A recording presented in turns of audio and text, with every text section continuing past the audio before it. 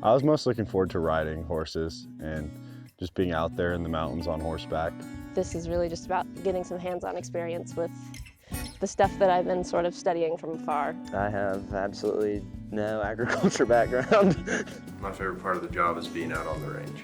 I'm excited to spend days out on the range, herding cattle and just watching the days go by. And Being able to, I don't know, tough it out on the range. It's not something that I get to practice that often in my daily life. A lot of people aren't willing to take on, a project where the person knows literally nothing about livestock management.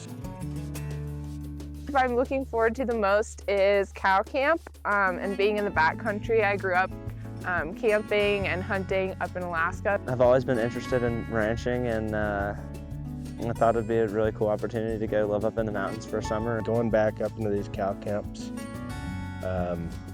it stuck with me. It was in my blood. Yeah, wow, the skills I hope to learn is almost everything, I think. I know a little bit about riding horses, but I'd love to get better. A little bit about backcountry camping, but I'd love to get better. And I know nothing about herding cattle. We were driving and I'm like, whoa, look at the mountains. And Jeremiah said, like, dude, those are just foothills. Like, those actually aren't like the mountains. I've never really been exposed to like daily snow, especially in May.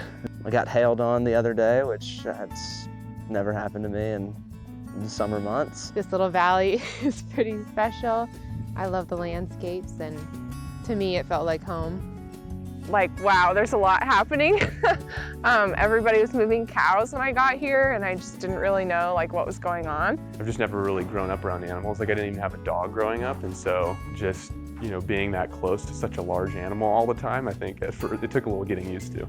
So I grew up playing sports my entire life, and that's 2 or 3 hours of like heightened misery, right? But I feel like the range is 4 days of like low-key misery. I'm looking forward to spending some time with Carol and learning about plants in the riparian ecosystem and how grazing has shifted it or altered it over time. I was just blown away by the scenery. I am nervous about rattlesnakes. I guess maybe rattlesnakes. They can crawl pretty high up on sagebrush. So I'm a little nervous. Yeah, my feet were wet for 3 days and I could never get them to dry out. Back in June, and it had been raining for 2 days, and it was cold. We were hiking in the heat after already riding in the heat, and so we only got really like a 15-minute break. And there was like some kind of misunderstanding about exactly where camp was gonna be. We were pushing cows for like probably an hour in the dark, and just everyone was frustrated, and there was a lot of screaming and yelling. Everything was soaked, your socks, your boots, your hat, your scarf, your gloves, and it was windy when it stopped raining, and we didn't think we were gonna be able to be switched out from the next crew. Last year I snapped a little bit towards the end, exchanged some colorful words really loudly across the range. If we don't get our crap together, then I'm riding out. It was so thick that we couldn't get horses through there. We did 11 miles on foot that day. It was pretty much dark, and then the water tanks weren't set up. We ended up staying up until like 2:30, just trying to get camp set up. The cattle don't care if you're angry. They got to get fed. And I think the hardest days are actually the most rewarding and the funnest, because you could look back at them and be like, whoa, we didn't think we were gonna make it out of that at the time. In the moment, nobody really thought it was funny, but we had a really good time laughing about it afterwards.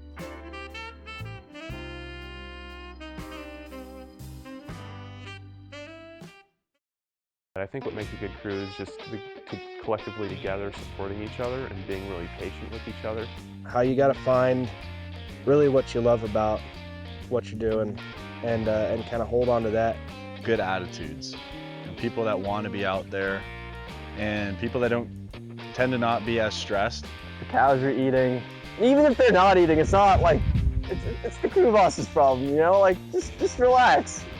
I don't always have as much patience as I thought I did. I definitely didn't have the greatest attitude every day. The bad attitude kind of spreads, so I'd say keeping a good attitude and staying mentally sharp.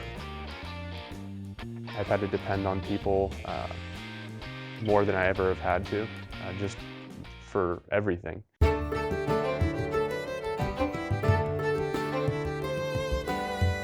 They did a really awesome job not letting me totally spaz out and you know, fall apart up there. So I'm really grateful for them. That was a good accomplishment, and it obviously took teamwork.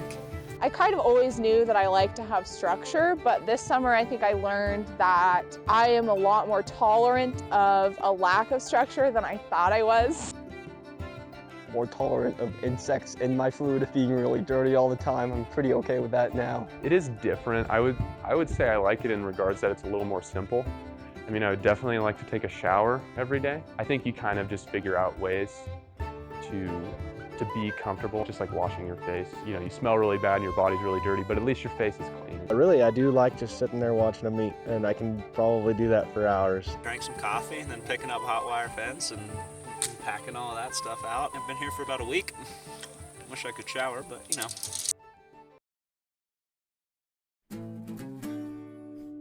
I'm really not the greatest cook ever. Flour, water, and salt, and I bake it into this bread and I get to dip it in my Campbell's at the end of the day, and I'm like, yes.